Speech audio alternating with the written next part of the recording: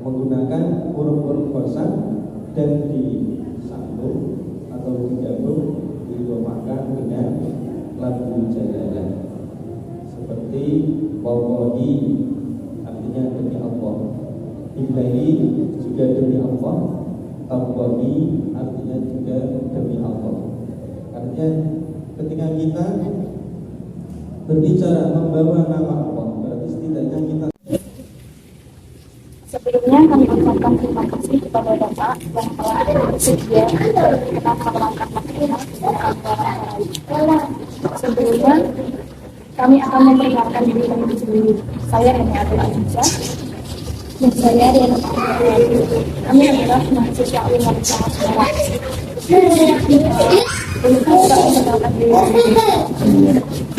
Terima kasih. Assalamualaikum warahmatullahi wabarakatuh. Nama saya Assalamualaikum warahmatullahi wabarakatuh. Alhamdulillah rabbil alamin. Wa bihi nasta'inu ala umuri dunya waddin. Wassalatu wassalamu ala sayyidina Muhammadin wa ala alihi wa sahbihi ajmain. Terima kasih Mbak dan Mas dari Widmani Sono yang telah meluangkan waktunya ke sini silaturahim. Dan yang berikutnya untuk melengkapi materi atau mata kuliah dari jurusan apa tadi? Dakwah, yaitu sesi wawancara. Perkenalkan, nama saya Ali Habib. Tempat tanggal lahir dulu memang kelahiran Grobogan, Purwodadi. Sekarang sudah berdomisili dan memang sudah pindah lokasi dari dengan alamat Kuatus LT 11 RW 2 Malian Semarang. Saya di sini mempunyai tanggung jawab penuh terhadap TPQ Darul Ulum atau TPQ anak-anak dan pondok pesantren Saudaratul Muta'alikan Putra dan Putri. Jadi kegiatan mulai bangun tidur sampai tidur lagi ya lebih dihabiskan di lembaga atau di TPQ ini untuk menanti kedatangan anak-anak TPQ dan juga meluangkan waktunya, sengaja menghabiskan waktunya untuk kegiatan-kegiatan yang ada di pondok pesantren Saudaratul Muta'alikan Putri. Kurang lebih semacam itu. Terima kasih. Ya, mau tanya nih Pak, kalau Bapak tadi kalau TPQ Darul Ulum ini mulai diresmikan tanggal 20 Oktober, kurang lebih itu 20 Oktober 2018. Jadi kurang lebih baru 5 tahun. 5 tahun itu bisa diukur ketika saya sudah mungkin di sini atau domisili ikut dalam daftar warga sini. Kalau pondok pesantrennya ini merupakan pondok pesantren warisan. Artinya warisan ya diberikan atau yang difungsikan dari orang tua.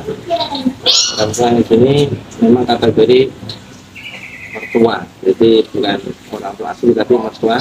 Nah, di sini merupakan anak mantu dari Bapak Yai Haji Abdul Al-Fatum. Itu malamnya di sana, sudah diisi di sana. Jadi meneruskan pondok pesantren itu ya semaksimal mungkin sesuai dengan kemampuan yang ada di sini. Kalau memang ada dari teman-teman atau mbak-mbak sekedar informasi, kalau mau aktif di sini juga bisa.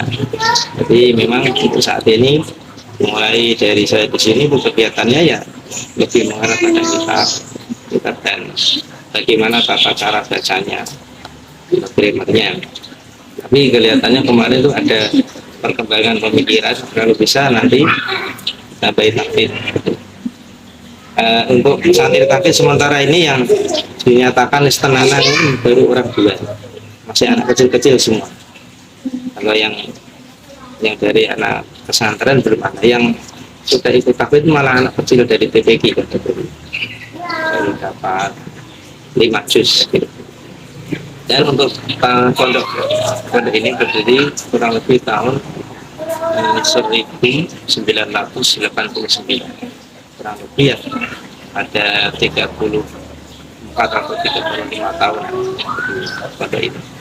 Kalau yang di sini ini merupakan pondok baru juga, mulai diresmikan yaitu tahun 2018 kemarin.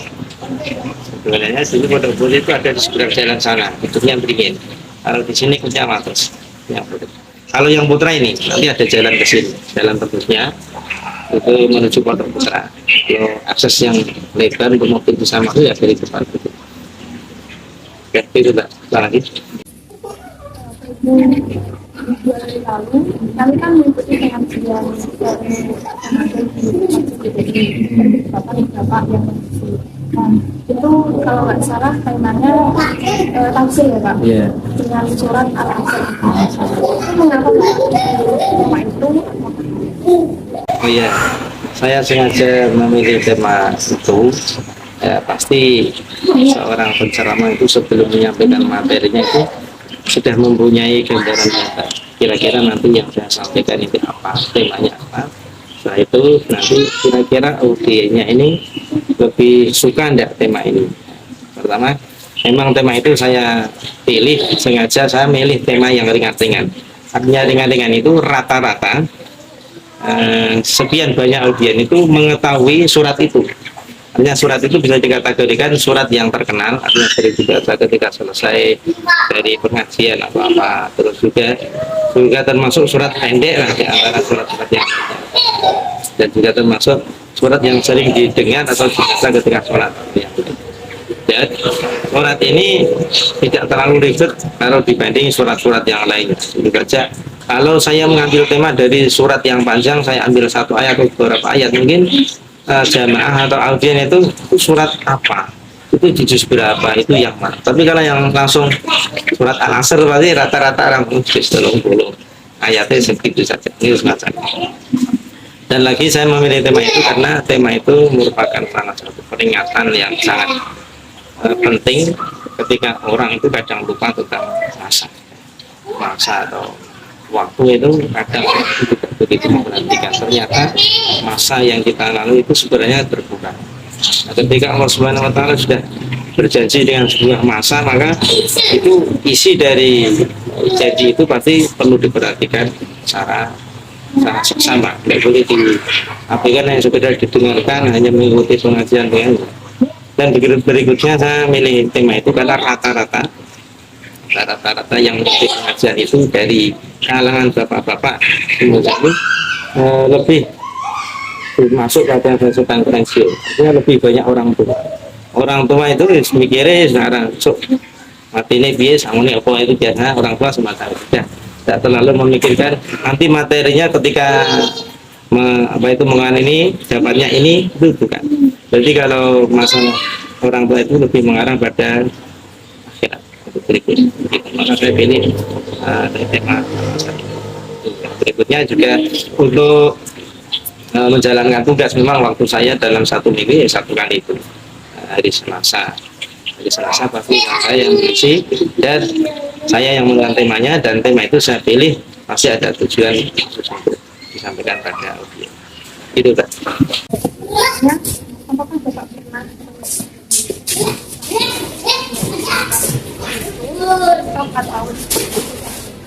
Oh, kalau media-media elektronik ya belum pernah. Artinya tidak ada yang libur lah, ini mau rekam sendiri mungkin ya gimana. Kalau memang ada yang berkenan tidak apa-apa sih.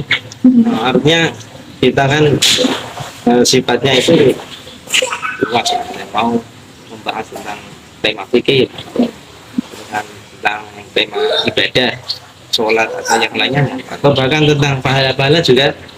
Memang sengaja belum pernah dan memang tidak pernah melakukan pencerahan apa itu penyampaian satu keagamaan lewat media-media itu kan TikTok, terusan YouTube atau terus belum pernah. Apa namanya, pernah berinisiatif untuk melakukan ceramah dengan menggunakan media YouTube, apa Bapak pengen gitu? Ya kalau dikatakan pengen sih tidak apa-apa, namanya penceramahan apa itu penyampaian, jalurnya kan beda-beda. Kalau memang zaman sekarang yang paling efisien harus lewat YouTube, tidak apa-apa sih kalau ada yang YouTube gitu. Tapi biasanya kalau di luar-luar itu, kalau masjid-masjid besar itu ketika khotbah itu memang dia sendiri yang meliput langsung ke live streaming, cuma di YouTube. Bahkan ada yang TikTok juga. Gitu. Okay. Kan kalau beliau sama Bapak pernah acara atau anak-anak saja? Pernah semua, yang itu saja juga pernah. Biasanya di Masjid Erlangga, Baitur Rahim, sampingnya Simpang 5 itu. Kalau yang besar kan Baitur Rahman, kalau yang ada jalan itu ya belakang patung boneka itu toh, itu ada Masjid Baitur Rahim, itu semua. Kalau anak-anak juga pernah. Anak-anak biasanya di TPG itu untuk sebagai penceramah motivator. Biasanya temanya apa Pak kalau untuk anak-anak? Kalau anak-anak ya kegiatan belajar mengajar untuk lebih semangat lagi untuk mencapai prestasi, jadi biar anak menjadi anak yang soleh gitu. Kalau untuk berceramah, itu Bapak memilih audiensnya itu enak ibu-ibu semua atau Bapak ibu atau gimana Pak? Kalau misalnya lebih menak yang mana ya lebih menak, sama-sama levelnya itu lebih nyambung. Artinya ketika umuran muda ya lebih audiensnya lebih muda, lebih anak mudanya sama-sama fase-fase perjalanannya itu perlu kenali. Kalau orang tua mungkin beda lah, dia sudah terlalu jauh, kita baru datang ke situ ternyata memberikan kabar-kabaran masuk Allah di sini kan biasanya. Kalau anak-anak juga enak sih, dia memang paling agak sulit ya kalau mengetahui sebetulnya lebih kuat daripada kita, lebih pengalaman dari kita itu kadang kan dari audio itu terlalu menyepelekan bisa saja. Itu yang paling enak kalau sama-sama seumuran itu enak menyampaikan apa itu masuk. Kalau orang tua ya kita lebih memilih temanya ya yang berhubungan dengan aspirasi rata-rata menarik. Nanti bahasanya dulu.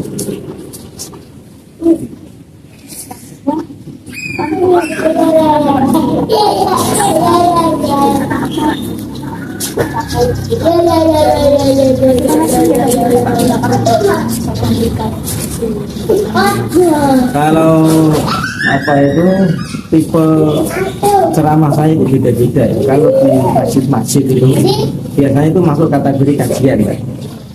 Kalau di jemaah yang punya itu masuk kategori pengajian. Saya menilai antara pengajian dengan kajian itu beda. Kalau kajian itu lebih mengarah tema-tema yang sifatnya kenceng-kenceng lah, tidak perlu banyak gurauan, perlu banyak humoran, tidak perlu banyak apa itu yang melenceng dengan tema itu kajian. Tapi kalau pengajian biasanya kan boleh ambil sana yang penting pengunjung atau audionya itu tertarik. Kalau di pengajian biasanya saya sering pertama yang penting itu penting biasanya orang-orang itu lebih tertarik. Oh iya bisa lebih berarti sebenarnya kadang dikasih apa itu kata-kata yang humoris. Tiga ya dikasih tentang percintaan. Wah itu rata-rata orang-orang itu lebih menarik, lebih tertarik dengan. Kalau kajian mungkin tidak begitu banyak lah ketika kita menyampaikan betul-betul sesuai dengan materi tadi. Untuk pertanyaan selanjutnya, apakah ada strategi khusus yang digunakan untuk menarik para jemaah? Tadi kan Bapak sudah pernah berceramah di depan anak-anak, jalan itu, apakah ada strategi untuk menarik gitu Pak, biar para jamaahnya itu nggak ngomong sendiri lah atau yang rame gitu Pak? Kalau di anak-anak itu terutama tetap menjadikan pertanyaan yang itu salah satu strategi yang menarik terhadap anak-anak. Dan biasanya itu kalau di anak-anak itu tidak tidak apa itu pertanyaan humoris. Kalau yang itu seperti itu juga pertanyaan, tapi pertanyaan dan humoris yang lebih serius tapi mempunyai kandungan makna. Nanti saya melakukan dapat apa? Kira-kira saya gitu. Terus untuk kalau berceramah ada hambatan atau kendala ya Pak? Itu biasanya hambatannya apa sih Pak? Ya, kalau yang DPP itu hambatannya satu, suara kita itu kadang tidak menjangkau di telinga audiens, pertama faktornya karena terlalu jauh dan sound system dalamnya itu tidak terlalu keras, jadi penyampaian untuk menyampaikan dan cara itu kepada audiens itu kadang nyambung, kadang nyambung. Yang kedua karena jarak audiens dengan pembicaraan itu terlalu jauh menurut saya. Tidak begitu asik ketika kita mau menyampaikan apa, ternyata tidak nyampe. Ketika kita mau berpower ini ternyata harus untuk tenaga ekstra, akhirnya konsultasi kita gagal akhir nanti yang sampaikan apa. Ya, kendalanya itu kalau di itu jarak kedua sound system. Kan maksudnya tadi belum selesai kan sama, pastinya ada harapan tersendiri untuk para jemaah. Apa yang Bapak harapkan setelah ceramah itu selesai?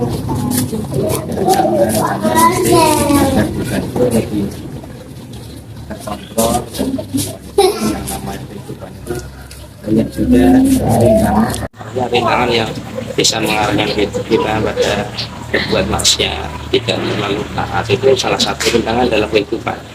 Arahannya gitu, biar kita itu lebih memperbanyak ibadah, ketaatan kita kepada Allah dan mengurangi kemaksiatan itu. Cara agama. Kalau secara umum ya pastinya untuk menambah wawasan. Nah, kadang itu orang-orang sebut saja kalau orang BP itu rata-rata titelnya tinggi-tinggi, gitu ya. Paling rendah paling S1. Itu dari itu rata-rata pensiunan ya dari beberapa jurusan lah, dari beberapa lembaga yang terhormat. Maka dari itu kadang orang-orang yang mempunyai jurusan tinggi tidak semestinya mengetahui tentang agama. Itu dalam kajian itu ya tujuannya biar lebih tahu dan mengerti dan bisa mengaplikasikan itu.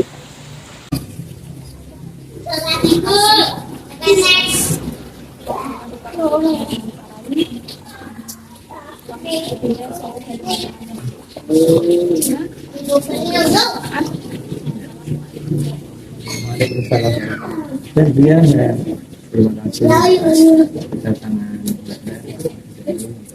silaturahim dan tes makan ya. Tidak